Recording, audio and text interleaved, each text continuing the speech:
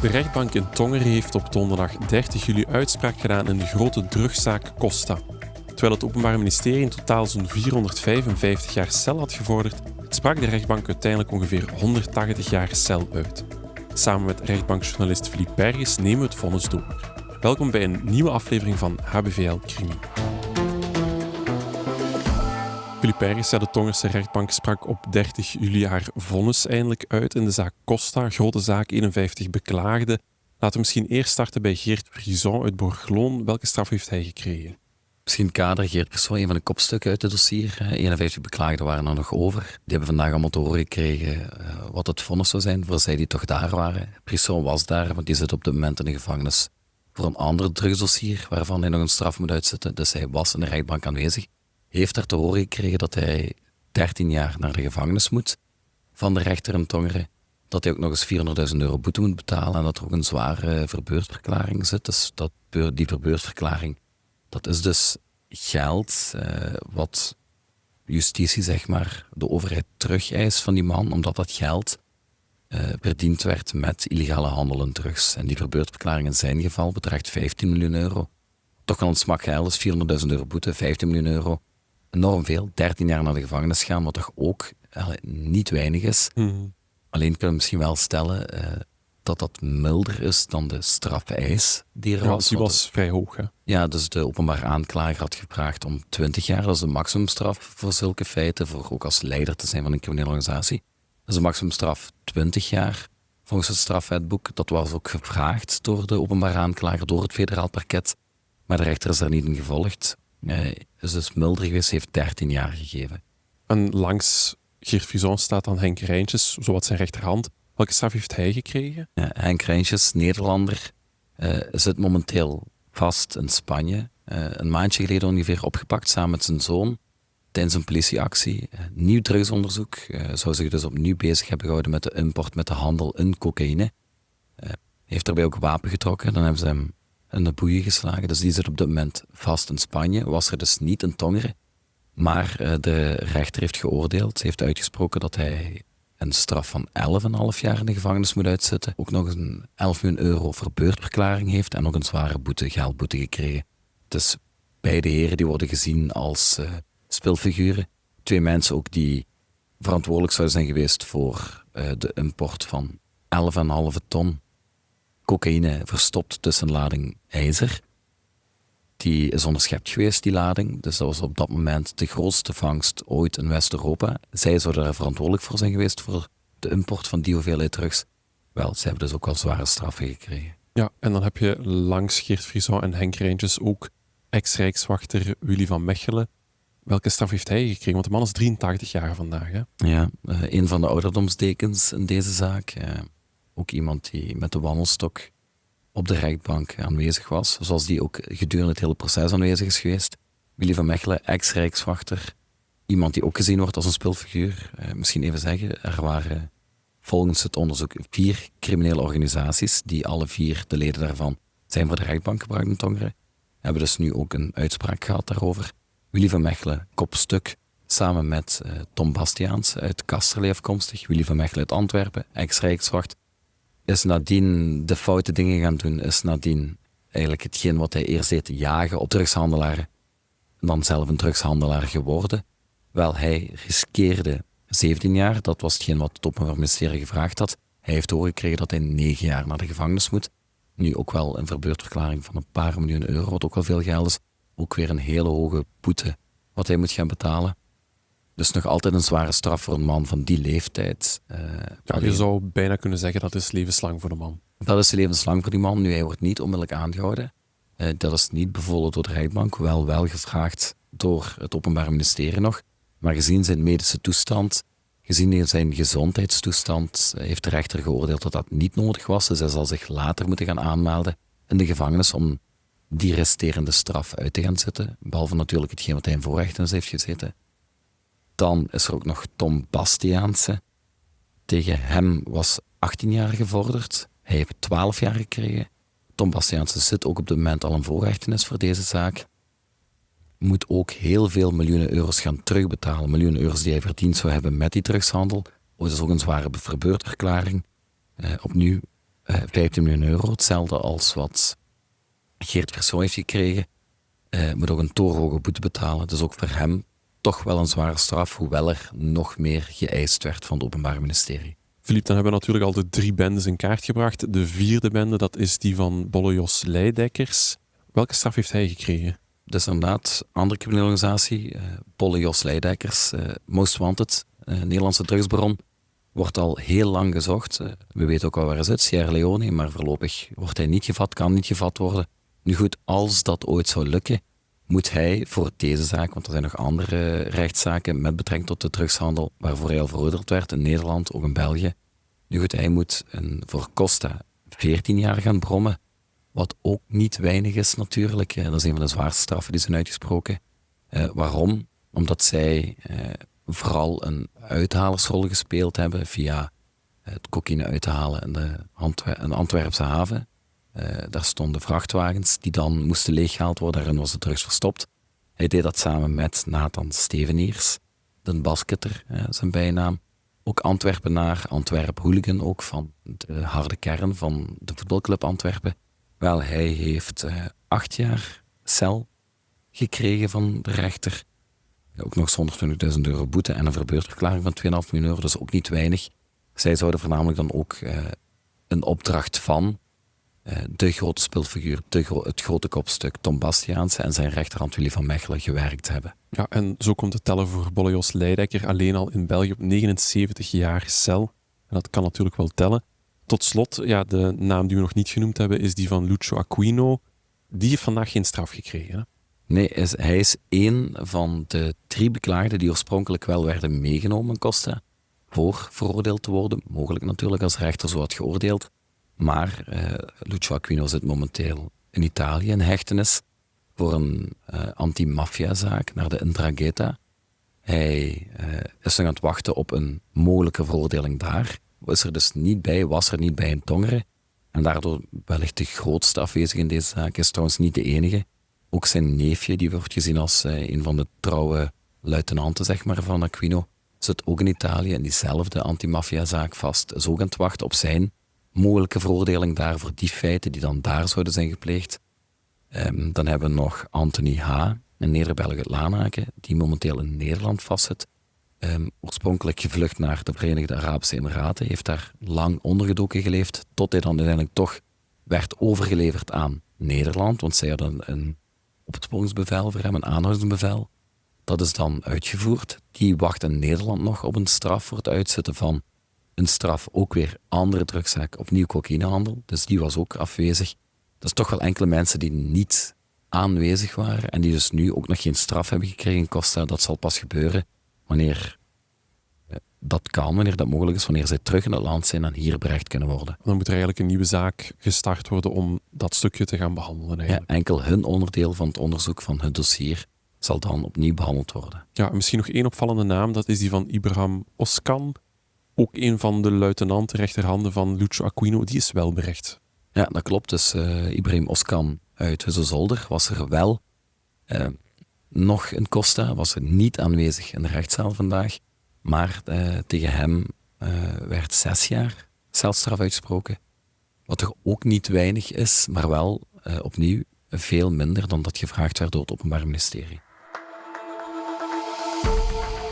Ja, Philippe, voor onze luisteraars en kijkers misschien nog een kort, waar gaat Costa ook weer over? Want het is een zeer groot, zeer complex dossier, maar vertel nog eens in een notendop, waar gaat het over? Een redelijk oud onderzoek, gestart oktober 2019, omdat toen op de Antwerpse haven een onderschepping is geweest van 2,8 ton cocaïne. Die cocaïne zat verstopt in zwarte sporttassen tussen een lading tropisch hardhout uit Costa Rica. En dus vandaar de naam Operatie Costa, de drugszaak Costa. Dat is heel logisch allemaal. Dat is gestart toen, oktober 2019. Vervolgens is dat onderzoek gestart naar die criminele organisatie. Dat waren de mensen, Tom Bastiaanse, was onder meer Willy van Mechelen, die daar in beeld kwamen. Achteraf ook nog Nathan Steveniers, de eerste namen.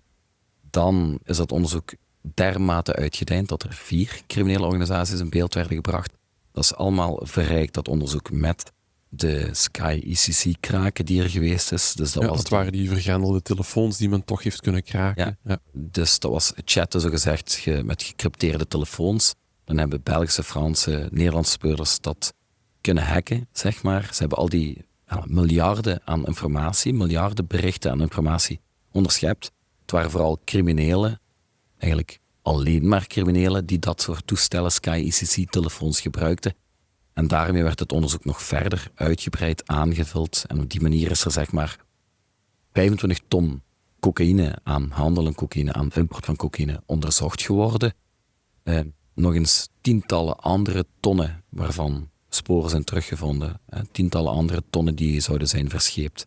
Sporen daarvan zijn teruggevonden. Dat is niet helemaal onderzocht, maar is wel meegenomen het onderzoek. In totaal, dus op eerste instantie waren dat 62 beklaagden, inclusief de vennootschappen die mee zijn genomen.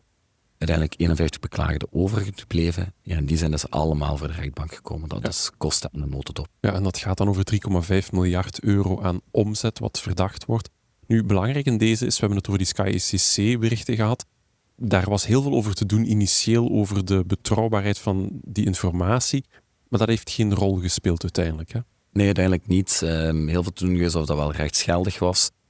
Nu goed, er zijn meerdere vonnissen al vooraf gegaan die ervoor hebben gezorgd dat er precedent is, waardoor dat wel kan gebruikt worden. Er is gedurende het proces nog een discussie geweest over een mogelijke burgerinfiltrant. Frankie D. was dat. Er is wel wat discussie geweest, commotie geweest, maar eigenlijk heeft het allemaal geen rol gespeeld in de veroordeling van deze mensen, van deze beklaagden. Misschien ook heel even schetsen, de mensen die vandaag zijn veroordeeld. We zitten nu donderdag, de dag van het vonnis, dat we dit opnemen. En die 51 beklaagden zijn niet allemaal doorwinterde drugscriminelen. Het gaat ook om mensen uit de bovenwereld, zal ik zeggen. Mensen die hand- en spandienst hebben verleend. Er waren zelfs 2 advocaten bij, die weliswaar beide zijn vrijgesproken voor een mogelijke rol binnen die organisaties. Dus het was een manusje van alles, de mensen die voor de rechtbank werden gebracht. Ja, Philippe, we begonnen de podcast ermee. Er is uiteindelijk zo'n 180 jaar celstraffen uitgesproken van de 455 die gevorderd zijn door het Openbaar Ministerie. Ja, wat maak je ervan? Je hebt veel ervaring natuurlijk. Wat maak je dan eigenlijk van deze straf? Die 455 jaar, toen die strafeis naar boven kwam, dat klinkt heel erg veel. Dat is het natuurlijk ook. Maar 180 jaar is ook nog altijd heel veel. Meer dan 180 jaar, dat is ook niet weinig. Natuurlijk wel veel minder dan hetgeen wat gevraagd werd door het Openbaar Ministerie. Dat gezegd zijn, heeft het Openbaar Ministerie wel alles uit de kast gehaald. Hebben zij hele zware sanctie geëist. Bijvoorbeeld in het geval van Geert Prissot, 20 jaar. Dat is de maximale straf die hij kon krijgen. Die werd ook gevraagd.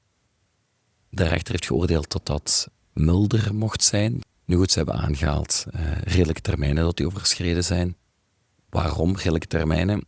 Onderzoek gestart 2019. We zitten nu toch wel midden 2026. We gaan richting het najaar 2026. Daar zijn 7 jaar overheen gegaan, wat heel lang is. Er is meermaals bijkomend onderzoek geweest. Onder meer ook gevraagd, dat bijkomend onderzoek door het Openbaar Ministerie. Dat heeft ook een rol gespeeld bij de strafbepaling. Daarnaast is er wel de gevangenisstraf, of zijn er de gevangenisstraffen die werden uitgesproken. Er was ook een enorme eis van verbeursverklaring door het Openbaar Ministerie. Het ging echt om tientallen, honderden miljoenen euro's die gevraagd werden. Ook daar hebben de rechters, of heeft de rechtbank niet in gevolgd. Die zijn er niet in gevolgd. Maar er wordt wel nog altijd miljoenen, meerdere miljoenen gevraagd. Dat gaat om meer dan 60 miljoen euro verbeursverklaring, wat een smak geld is. Want heel vaak hebben die mensen dat niet op 1, 2, 3 tot hun beschikking. Zij moeten heel veel gaan terugbetalen. Ook die boetes liggen heel hoog. Het blijft toch een hele zware straf, in mijn ogen. Met nog altijd oog voor perspectief. 20 jaar, of in het geval van Prissot 13 jaar, is toch 7 jaar minder. In dat geval zouden we kunnen zeggen, misschien een hoera-stemming bij hem. Maar 13 jaar, zelfs bij het uitzitten van 1/3 van die straf, blijft nog altijd een lange tijd in de gevangenis. Dus het is moeilijk in te schatten. Het zit er zo wat tussenin. Ze hadden meer kunnen krijgen, absoluut. Maar ze hebben ook niet niks gekregen. Dus stel dat ze naar het Hof van Beroep zouden willen gaan, dat ze zeggen van kijk, ik ben er niet tevreden mee. Ik wil een beroep gaan. Ik denk dat velen toch eens 2 keer zullen nadenken of dat wel kan lonen om nog eens een beroepsprocedure aan te spannen, om nog eens naar de rechtbank te gaan. om nog eens 2 jaar, misschien 3 jaar in onzekerheid te leven over hoe het nu zal aflopen.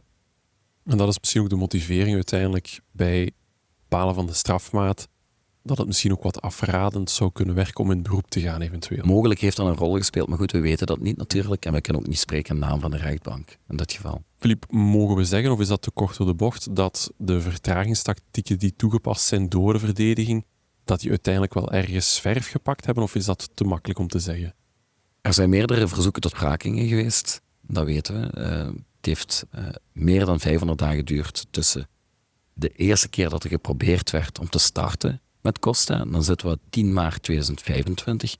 We zijn vandaag eind juli 2026, dus daar gaat een hele tijd over. Daar is een hele tijd overheen gegaan. Onder meer door die wrakingsverzoeken die werden ingediend. Iedereen zegt dan wel dat dat een tactiek is om te vertragen. En dat dat misschien een rol speelt. Anderzijds mag dat niet. De wetgeving zegt zo, de regels zijn er nu eenmaal. Iemand die een wrakingsverzoek indient en dat wordt afgewezen, die heeft geen recht van spreken. En dat kan ook niet aangehaald worden of gebruikt worden om te zeggen, maar de redelijke termijnen zijn overschreden. Dus in dit geval mag dat normaal geen rol hebben gespeeld. Filip, je hebt de hele dag doorgebracht ook in de Tongense rechtbank. Hoe kwam eigenlijk het vonnis binnen daar ter plaatse? Nu, er zat wel wat volk, maar heel veel van de beklaagden, heel veel van de mensen die te rijden veroordeeld worden, waren er gewoon niet. Op enkelingen na, Tom Bastiaans zit al een voorrechtenis in deze zaak. Was er uiteraard wel, die is van de gevangenis naar de rechtbank gekomen. Geert Frison, die vastzit, een andere straf uitzit voor een drugszaak, waarbij de voorwaarden had geschonden, daardoor terug in de gevangenis is terechtgekomen. Dus ook hij was aanwezig. Een derde beklaagde, die ook in andere drugsdossiers genoemd wordt, ook al veroordeeld werd. Die zit zijn straf ook uit, dus die had ook gekozen om naar Tongeren te gaan. Die hebben dus wel een levende lijf aangehoord wat hen te wachten staat nu natuurlijk, wat zij moeten doen, wat hun straf is. Er waren enkele beklaagden uit Nederland aanwezig. Willy van Mechelen was in Tongeren, dat had ik al verteld. Maar goed, die heeft elke dag van het proces bijgewoond. Dus hoe was het? Ja, redelijk kalm, redelijk rustig. Het is ook niet dat we mensen hebben gezien die opgelucht waren. Of er waren ook geen mensen aanwezig die heel te neergeslagen leken. Ja, het zat er zo tussenin. Nogmaals, de straffen tonen dat ook aan. Niet het maximale, maar ook zeker niet het minimale wat ze hadden kunnen krijgen. En ik denk dat dat ook terug te zien was in de rechtszaal zelf. Ja, dus vrij serene stemming eigenlijk. Ja, misschien alleen naar het einde toe. Het Openbaar Ministerie had nog voor een 15-tal beklaagden de onmiddellijke aanhouding bevolen in deze zaak. Waaronder die van Willy van Mechelen. Hij is lang rustig geweest. Nu had een tasje bij, blijkbaar met zijn medicatie in. Ja, hij heeft ook wel gezegd van, ik heb een tandenborstel bij. Iedereen alludeerde al op het gegeven van, kijk, hij bereidt zich al voor.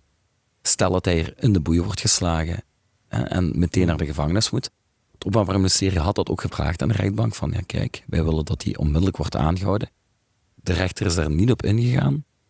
En we zagen toch wel, daar zagen we wel opluchting bij enerzijds de Willy van Mechelen die morgen zijn verjaardag viert. Die kan dat dus thuis vieren, moet dat niet in de gevangenis doen. Ook zijn familie was bij hem, zijn naaste. En bij hen was toch wel een zekere blijdschap toen zij hoorden van onze papa, mijn man, moet niet meteen naar de gevangenis. Die mag nog mee naar huis met ons. Tot slot, Filip, is dit het definitieve einde van de zaak Costa? Gaan we nog een beroep gaan? Wat mogen we eigenlijk nog verwachten? Moeilijk in te schatten. Ik denk dat er misschien toch wel een aantal beklaagden zijn die nu zijn veroordeeld, die denken van, ik vind het veel te zwaar, ik ben niet tevreden en ik wil een beroep gaan. Ze hebben daarvoor 13 dagen de tijd om dat beroep aan te tekenen. Dat wil zeggen dat dan hun zaak, hun aandeel, hun proces, wat nu in Tongeren is gevoerd, volledig zal overgedaan worden, maar dan een graad van beroep bij het Hof van Beroep, waar ze dan natuurlijk opnieuw dreigen veroordeeld worden. Misschien wel een vaststelling, opvallend.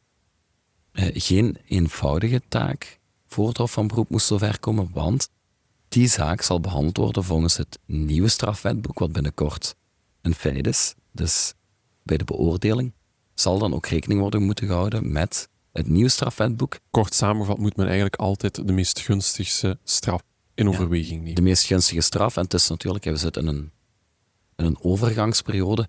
Wat het niet makkelijker maakt, wat het complexer maakt. Er zijn geen precedenten om ons op te baseren natuurlijk. Nee, inderdaad, en complexer voor de beklaagde, het is complexer voor de advocaat en het is ook complexer voor de rechters die daarover moeten gaan oordelen.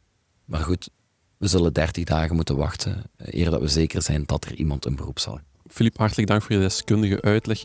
Ik onthoud vooral dat dit vonnis een voorlopig eindpunt is in de zaak Costa, maar dat het eigenlijk nog alle kanten kan uitgaan en je gaat dat voor ons blijven opvolgen natuurlijk. Je kan dat thuis ook doen via de HBVL-app. Dit was HBVL Crimi, de wekelijkse Actua-podcast over de Limburgse criminaliteit. Bedankt voor het luisteren. De credits van deze podcast vind je op hbvl.be of in de HBVL Nieuws-app.